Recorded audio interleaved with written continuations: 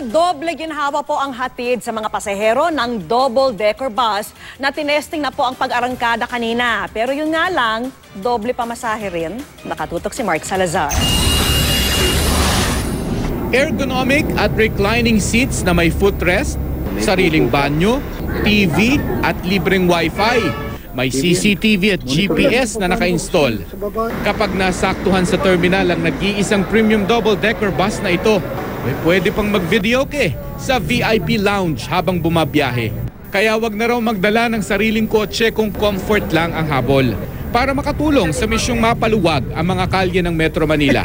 If a bus every day has about 300 passengers, that means that it's probably taking around 30 cars off the road. 30 cars less on the road means that everyone else can move faster. Everyone else will have less congestion.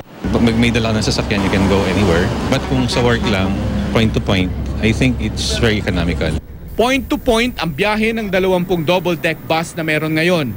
Mula SM North EDSA o Trinuma Terminals, walang hintuan hanggang terminal sa Glorieta sa Makati. Mas mahirap din kasi madaming stops, tapos traffic pa talaga. Alam mo naman yung mga bus drivers natin, di ba? Stop anywhere sila. Meron din biyaheng Ortigas at SM Mega Mall hanggang Glorieta, pabalik mula alas 6 ng umaga hanggang alas 12 ng gabi. Instead na MRT, kasi mas mabilis. Pila pa lang kasi sa MRT, naabot na ako ng halos 1 oras. Mas mataas lang ang pamasahe. 55 pesos ang North EDSA hanggang Makati kumpara sa 35 pesos na ordinaryong aircon bus. Mahigit doble sa 25 pesos na pamasahe sa MRT at ordinary bus. Mas mahalaga kasi minsan yung oras kaysa dun sa mismong pera. Kaya okay lang na mag-spend ka ng konting halaga o mas malaki sa normal para lang makatipid ka naman sa oras. Sa double-deck bus, bawal ang nakatayong pasahero kaya presko talaga ang biyahe.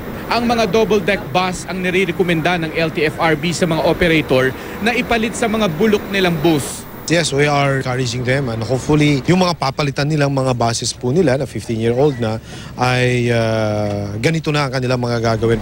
Aminado ang bagong saltang operator ng mga double-deck bus, mukhang hindi nila mababawi sa susunod na 2 taon ang puhunan sa magagarang bus. We have to be prepared to put for the first 1.5 years at least a little bit money on the table, invest into the services, invest into the units, invest into building up a sustainable service.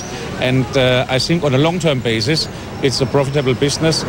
Of course, in the future, we'll need to make sure that the operator can also recover their costs because this is a higher quality service. Mark Salazar, Nakatutok, 24 Oras.